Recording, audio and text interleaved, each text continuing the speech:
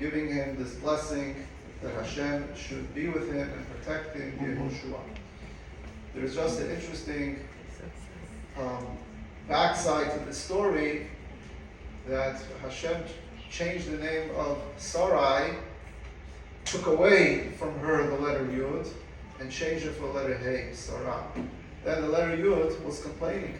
The letter Yud felt bad and complained. So Hashem said, don't worry, I'm going to put your name into a righteous person, that's Tzadik's name, and this is the letter Yud that's added to Yehoshua. Yehonatan's last name is Dahan. Dahan has a abbreviation that we discovered recently. Daled Hey Nun stands for Derech Melech Melech. In the path of the king we will go and succeed. And whatever we do, we have Hashem's blessings and success.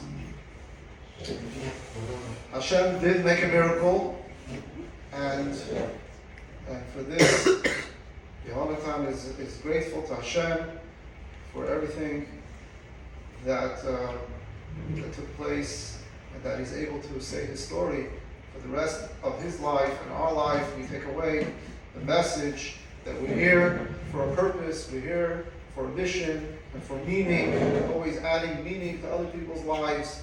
So he has the opportunity to speak to us and to tell us about his story and share his miracle to inspire us. In general, the message is that the Jewish people, we don't live under nature. We live above nature. That's the survival of the Jewish people, and that's who we are as a people. We're coming today from a brit that was done in our community today. Brit represents number 8, above nature. We stand above the natural order. And that's why we don't wait until the child is able to understand and perceive what a bris is all about and say, yes, I want it, or I don't want it. We do it at a stage that's above intellect, because our connection to Hashem is above and beyond nature, above and beyond the natural order of understanding. And this is how we exist. And he has the story to tell it. The parasha this week is the parasha of Shalach, which talks about the story of the spies. They didn't get that message. That message that we're living with today, that we are above nature and that Hashem protects us, is because the eyes of Hashem is upon the land, that we exist and that we endure even for a second on this land of Eretz HaKodesh. And that's the message of the parsha. The spies didn't understand. They see the giants, they see the big fruit. They say it's impossible, we cannot conquer the land, we cannot live there, not understanding and comprehending that we are above nature and that Hashem takes us on a whole different level, and this is our survival. And I would like to ask Susan to introduce Yonatan to us, our host here today, and then give it over to you. So hi everybody, thank you for coming. So Yehonatan Dahan is my cousin. Obviously I'm much more Ashkenazi than him, but that's because most of my first cousins in Israel married Sephardic guys, and but we're true cousins. And when I was talking about him coming after his injury with his grandmother, who's my first cousin, her sister, his mother and my mother were sisters, and I said I would love to have him come to the States if everybody in the family agrees. And I'm so happy that he agreed to come and he made the trip. It has been... Hi. It's good, it's good. It's been a zechus, a big blessing for me. So I'm going to hand it over to Yehonatan, and he's going to tell his story of being a great warrior in Israel, protecting the Jewish people in Israel, and his mission on earth, really. It's a true mission and a calling for him. So,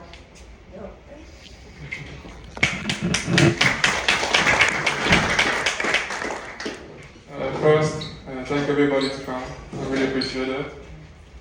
And thank also to Rabbi Barash and Mifti Barash for having me for all this time and guest me with really all love and welcome.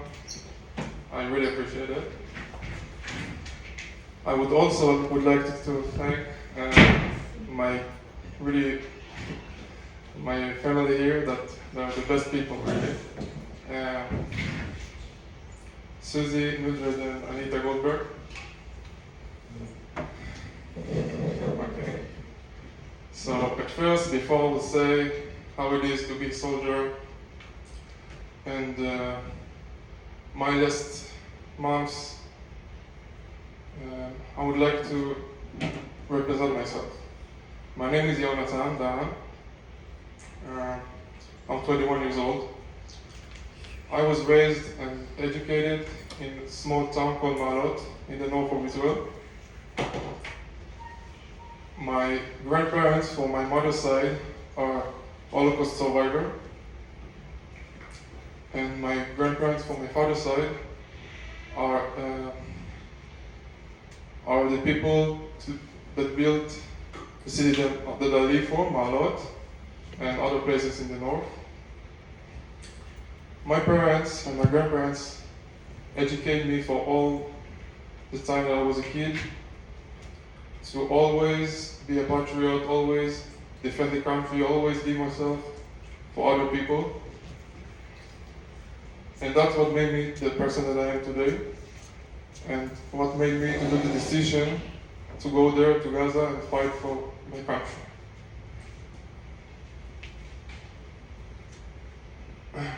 Sorry. So me, I was starting my server at 18 years old, of course, in the unit called Givati, for the ones who know. I did a training of 8 years to become from a kid to a soldier. Did whatever it takes, nights not sleeping, shooting every day, to become the best soldier I can be to defend my country.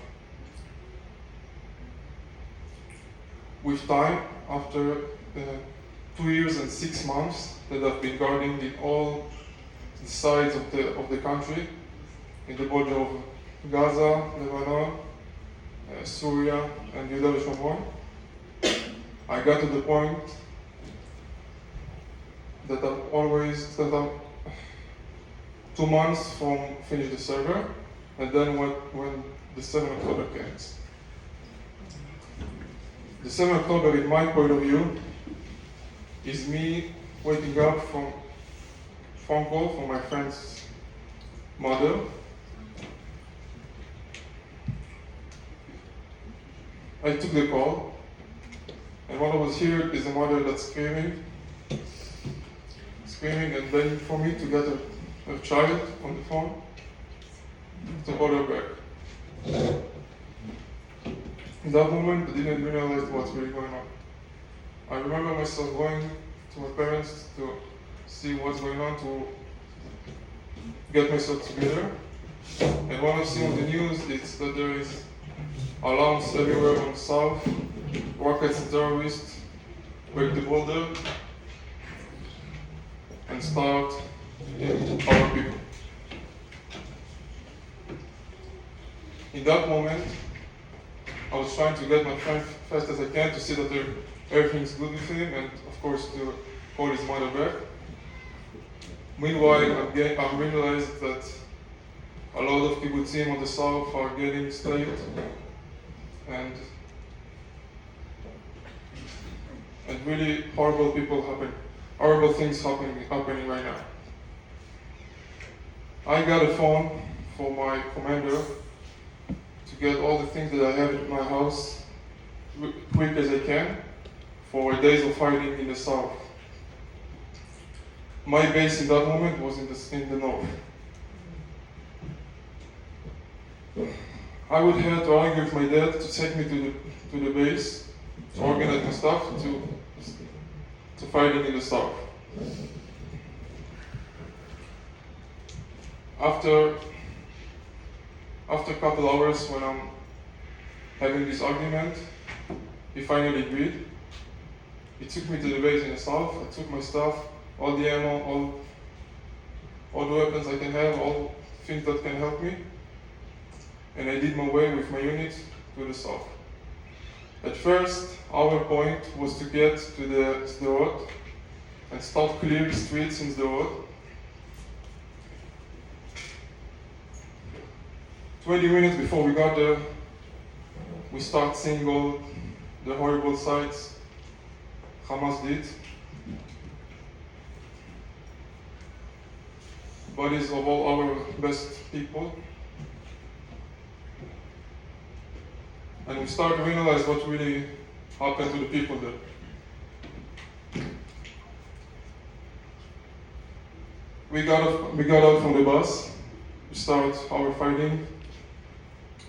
The roughest fighting there is, terrorists everywhere, shooting everywhere, all mess. You see your friends get shot. You see people losing themselves. But we were strong. We were strong. We did our mission. We cleared the streets. We took the civilians from there. And next the road, it was also in Faraza and also in Achalos. In that day, I lost two of my very best friends from the army, and more of my friends got injured.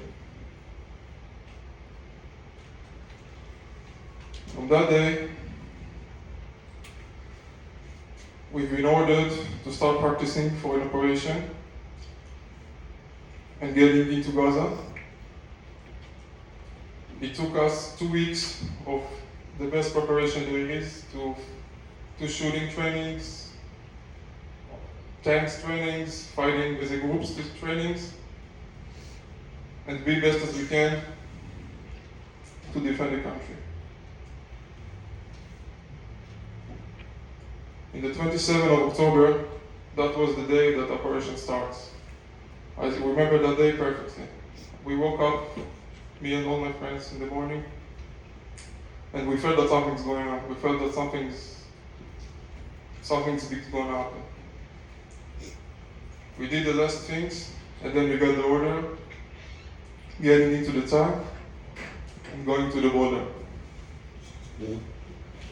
I would like to say that there is no fear in that moment. All of us have been in fear. 18 years old kids going to something they don't know what. After what they've been through, after things that they didn't even realize what they've been through. But we were all together, and we never forget for a second what they did to us and what they did to the people. We was in our way, and even before we got to the border, the attack started. Bunch of RPGs, bunch of rockets from the sky fell up on me and my force. Our tank got injured in the first night 3 times by RPGs and rockets. Luckily, with the great system that the army have and the amazing tanks that the army have, nobody got injured. Even though a lot of the electric systems got damaged.